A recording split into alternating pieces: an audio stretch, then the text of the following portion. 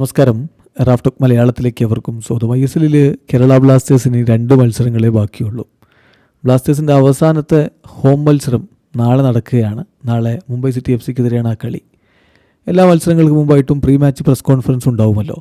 ഇപ്പോൾ എവേ മത്സരങ്ങളാണെങ്കിൽ കളിയുടെ 1-2 ദിവസം മുമ്പ് പ്രസ് കോൺഫറൻസ് കൊച്ചിയിൽ തന്നെ നടക്കാറുണ്ട്. അത് കഴിഞ്ഞിട്ട് അങ്ങോട്ട് ടീം എങ്ങോട്ടാണോ പോകേണ്ടത് അവിടത്തേക്ക് പോവുകയാണ് ചെയ്യാറുള്ളത്. അതേസമയം ഹോം മത്സരമാണെങ്കിൽ കളിയുടെ തലേന്ന് കൊച്ചിയിൽ വെച്ചിട്ട് പ്രീ മാച്ച് പ്രസ് കോൺഫറൻസ് ഉണ്ടാവും. അതിൻ്റെ ഭാഗമായിട്ട് ഇന്നും pre match press conference schedule ചെയ്തിട്ടുണ്ടായിരുന്നു. കോമെ പെപ്രയും പിന്നെ ബ്ലാസ്റ്റേഴ്സിൻ്റെ ഹെഡ് കോച്ച് TG പുരുഷോത്തമനുമാണ് പങ്കെടുക്കുക എന്ന് അറിയിപ്പുമുണ്ടായിരുന്നു. പക്ഷേ ഇന്ന് പ്രസ് കോൺഫറൻസിൻ്റെ വിവരങ്ങൾ പുറത്തേക്ക് വന്നത് നിങ്ങളൊരു പക്ഷേ കണ്ടിട്ടുണ്ടാവും. വെറും 5 മിനിറ്റ് അല്ലെങ്കിൽ 5 മിനിറ്റിൽ താഴെ മാത്രമാണ് ഇന്ന് പ്രസ് കോൺഫറൻസ് ഉണ്ടായത്. അത് കഴിഞ്ഞ് ചടങ്ങ് തീർത്ത് വൈൻഡപ്പ് ചെയ്തു എന്നാണ് വിവരം. തീർച്ചയായിട്ടും ഇത് എന്തൊക്കെയാണ് സംഭവിക്കുന്നത് എന്ന് ചോദിക്കേണ്ടി വരും.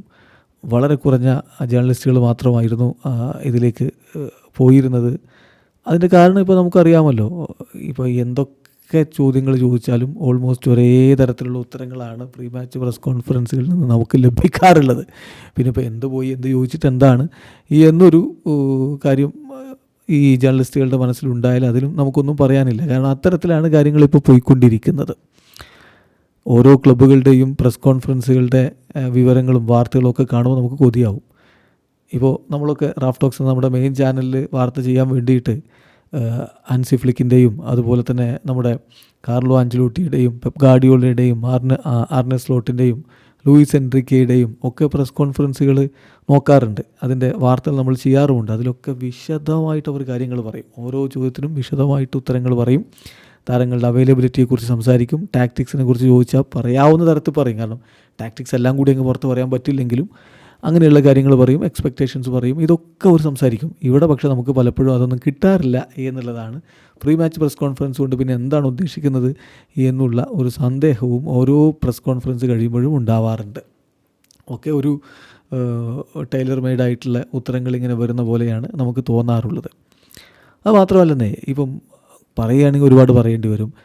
നമുക്കറിയാമല്ലോ, ബാഴ്സലോണയുടെ കളി ഫോളോ ചെയ്യുന്നവർക്കും റയലിൻ്റെ കളി ഫോളോ ചെയ്യുന്നവർക്കും ഒക്കെ കൃത്യമായിട്ട് അറിയാവുന്ന കാര്യം, ഓരോ കളിക്ക് മുമ്പും അവരുടെ സ്ക്വാഡ്, ഈ കളിക്കുള്ള സ്ക്വാഡ് ഇതാണ്, ആർക്കൊക്കെയാണ് ഇഞ്ചുറി, ആരെയൊക്കെയാണ് ഉൾപ്പെടുത്താത്തത്, ഇതൊക്കെ അവർ പുറത്തു വിടും. ബ്ലാസ്റ്റേഴ്സിൻ്റെ ഓരോ കളിക്കുള്ള സ്ക്വാഡ് നേരത്തെ പുറത്തു വരുന്നത് നിങ്ങൾ കണ്ടിട്ടുണ്ടോ? ഇപ്പം ഇഞ്ചുറിയുമായി ബന്ധപ്പെട്ട വിവരങ്ങൾ തന്നെ ഈ അടുത്ത കാലത്ത് 1-2 താരങ്ങളുടെ ഇഞ്ചുറിയുമായി ബന്ധപ്പെട്ടത് പുറത്തു വിട്ടിട്ടുണ്ട്. അതിനു മുമ്പ് അതും ഉണ്ടായിരുന്നില്ല. അപ്പോൾ ഇങ്ങനെയൊക്കെ പോകുമ്പോൾ ഒരു ട്രാൻസ്പെറൻസി കുറവ് സ്വാഭാവികമായിട്ടും ആരാധകർക്ക് ഫീൽ ചെയ്യുന്നു.